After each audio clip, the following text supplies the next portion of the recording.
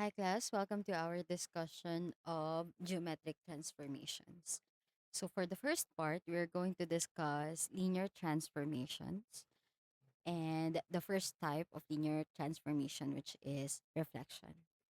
So, linear transformation has its different definitions. So, a linear transformation is a type of geometric transformation. Technically, it is defined as functions from a vector space to another vector space that possess some operation preserving properties.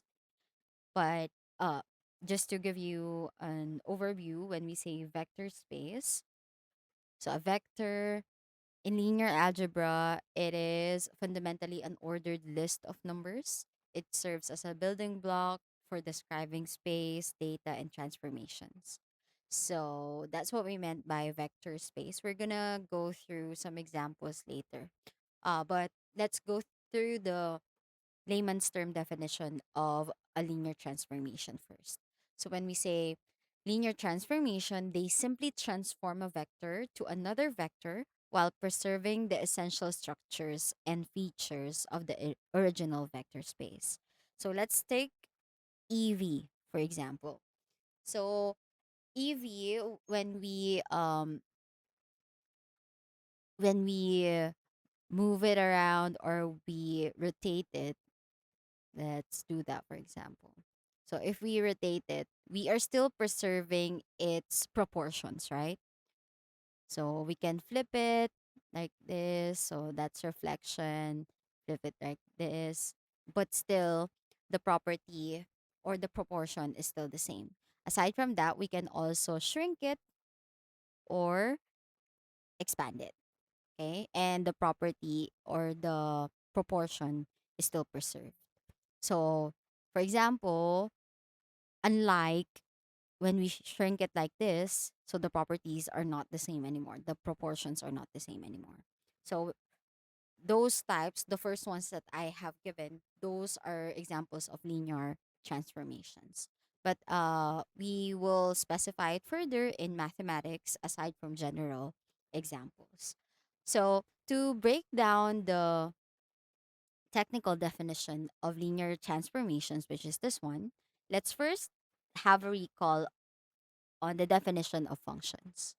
So, functions are rules that assign to any element of its domain a unique element of its range. So, remember when you first had an introduction of function. So, function serves as a machine that transforms its input to its output. So, every unique input will have another unique output. So, that's the definition of a function. So let's have some examples. So the ones that we are used to already. So for example, our input is 5 and then or let's say x equals 5 and then function is f of x is equal to x plus 3, a linear function, and then we need to solve for its output. So all we need to do is to plug in the input. So solve for f of 5. So that's 5 plus 3. So we have 8. So the output is now 8. So that's how we transform input into output given the function. So basically, that's what we will do in the next discussion. So next, let's have this function. We have the same input, x equals 5, but the function is different. So there will be a possibility, most probably, we are going to have a different output. So 5 squared minus 1. So 2 times 25 minus 1. So 50 minus 1. That's 49. So our output is 49. Okay. Now, let's have this as an example. So we are gonna have a more thorough definition of these types of representation. These are vectors. So for example, in vectors as well, we can make a function from it. So it takes, aside from here, where it takes a number as an input, inserts it into an algebraic function, and then gives an output, we can also define a function that takes a vector as an input and outputs another vector, such that the function is a transformation between two vector spaces. So let's have this for an example. So this one is what we call addition, um, the vector addition. So what we're gonna do is, for since the function is addition, we are just going to add the corresponding values. So the output will be a plus c, since they're both here, and then for the second value we have b plus d. So that's our output. Okay, again, in vectors, that's what we call vector addition. And let's have another example. So let's have what we call a scalar multiplication. So we are just multiplying a value, a numerical value, from the input. So this is our function, this is our input. So our output would be 3a and then 3b. So those are examples of how functions work even in vector spaces. So let's have the formal definitions. So a function between two vector spaces is a linear transformation provided these two conditions. Function f preserves addition. This is the addition that we're referring to. That is, for any vectors x and y in the domain of f of x plus y is also the same as f of x plus f of y. You've seen this before in operations on functions, okay? So the this is one of the requirements that we have a for a function to be a linear transformation. Another condition, f preserves scalar multiplication. That is, for any scalar a and vector x in the domain of f of ax is equal to a times fx. So this is the definitions that we have. And then just to give you a heads up, in other references, this is what we call the additivity of f. Additivity of f. And then for the second condition, this is what we call the homogeneity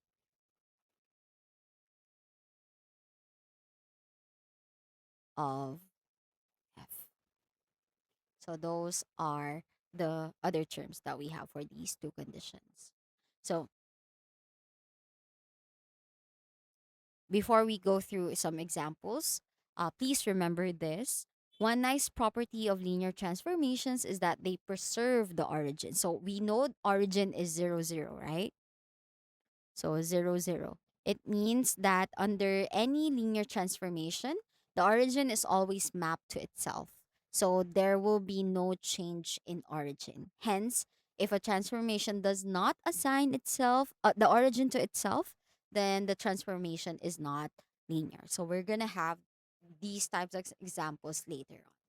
So this is the overview of what we will discuss.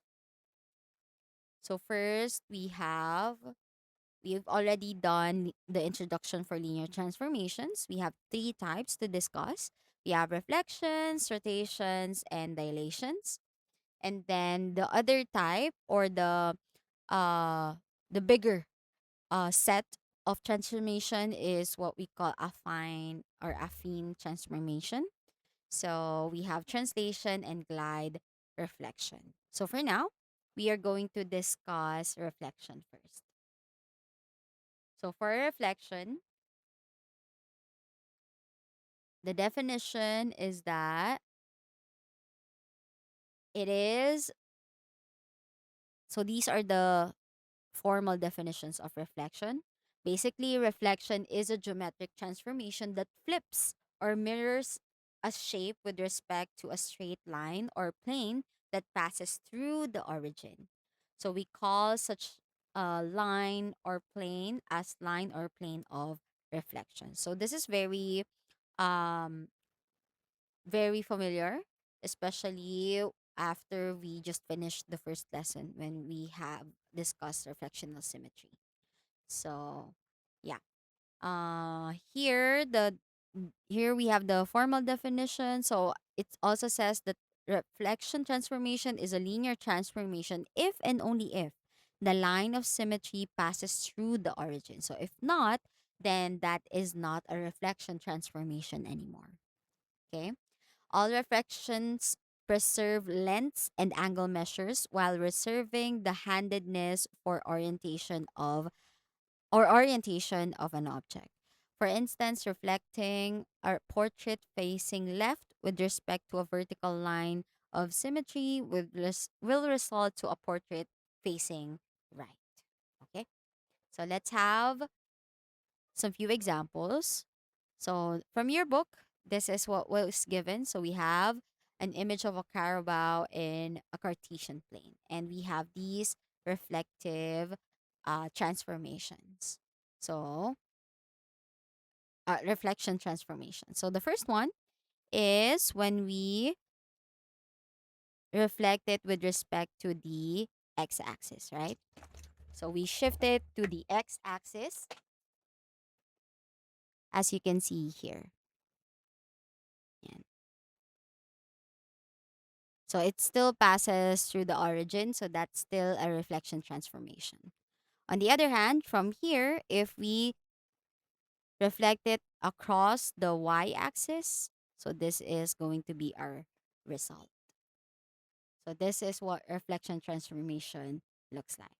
So if you want to check if it refers or the transformation is a reflection, all you need to do is to draw both images, and once you fold it along the line of symmetry that passes the origin, then um, it must have mirror images of each other. Okay.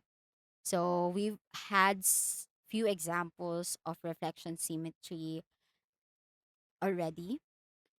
So this is basically the same. So we have landscapes. We also have reflection transformation with regards to arts. So one example is Caravaggio's Narcissus. So here we have Narcissus looking at his image to depict that he's obsessed with himself, right? So that's how the message was delivered using reflection symmetry. Okay. And then we have reflection symmetry in Cartesian plane. So the reflection of points in the Cartesian plane with respect to the axis of symmetry, or x equals 0, or the y-axis is simply a change in the sign of the point's x component. So if we have an axis of symmetry in x equals 0, or what we call the y-axis, so we are just changing the sign of the x component. So here, uh, avert here we have a point AB, vector AB, to reflect it in a linear, do a reflection of AB. We just need to change the x component. Okay, so here the top entry A is the x component and B is the y component, so which stays the same. Okay, so again, if it reflects, or the axis of symmetry is the y axis, this is the reflection. Okay, so let's have some few examples here. So 0.43. So as it says, all we need to do is to change, or to get the negative, or yeah, the negative value of the x component. So that's going to be -4. We just need to negate the x component. So that's -4, 3. Next, we have a line. y is equal to 3x plus 4. So what we're going to do is, again, the x component will be negated. So from x, it becomes negative x plus 4. So when we simplify that will be negative 3x plus 4. You may also open some graphing calculators just to see that these are really reflections of each other. So when you look at the first two items here, if you graph them, this is what they're gonna look like. So we have 4, 3 here, 4, 3, and then its reflection when we have our AOS as the y-axis will be negative 4, 3. And then same here, we have the lines. This is 3x plus 4, and then this is negative 3x plus 4. And then lastly, we have a circle. Uh, so for a circle, the same thing, x will become negative x plus y squared equals 4. But we know that if we square any value, it will just give the positive sign, right? A non-negative value, basically. So it's still gonna be the same thing. So if you look at the graphs, I'm not requiring you to graph a circle yet. But yeah, if you look at the graphs, of course, of a circle, if we switch it or if we reflect it across with respect to the y-axis, then it's still gonna be the same. Okay, so that's why the reflected function or the reflected equation is still the same. Okay, next. Now, if the axis of symmetry is with respect to the x-axis, so as you may have guessed, so y is equal to 0 or the x-axis, then the reflection, all we need to do is to change or negate the y component. So AB, so that's going to be A negative B. Okay. And then lastly, in general terms, the reflection of a point AB in R squared along the line of reflection. So R squared, we can just, for now, 2D basically. Along the line of reflection, y is equal to mx is a linear transformation given that we have this formula. Okay. So m refers to the slope of the um of the axis of symmetry. Okay. Again, this is the only type of linear function that we have for the axis of symmetry. We are not allowed to have like something that's added here because the requirement is that it should pass the origin. Okay. So that's what we're gonna have. Okay. Next. So let's have this as an example. So we have point P with coordinates negative 1, 2. We have to reflect P with respect to the following lines. So let's start with along the line y is equal to x. Okay. So for y is equal to x, so again, P is negative 1, 2. And then we have y is equal to x as our axis of symmetry. And then we need to find the result. Okay. So M here, based on what we have and the definition here, A is the x component, B is the y component, and M, which is the slope, the coefficient of x, since nothing's written here, so that default numerical coefficient is 1. So substituting everything you should get. So let's substitute, reflect, and then 1. So we have negative 1, 2. So if m is equal to 1, notice that let's copy, or let's get the the formula from here. So if m is equal to 1, let's just solve it here. So this is 1, 1. So basically, this is just negative a plus 2b plus a. So this cancels out and then over 1. So this is just 2b, right? And then for the y component, this is going to be, this is 1, this is a, this is 1 also, this is, oh, sorry, forgot. Let's fix it. It's not gonna be just 1 in the denominator because this is 1. So 1 plus 1 is 2. So 2b over 2 is just b. And then we do the same thing here, it will be a.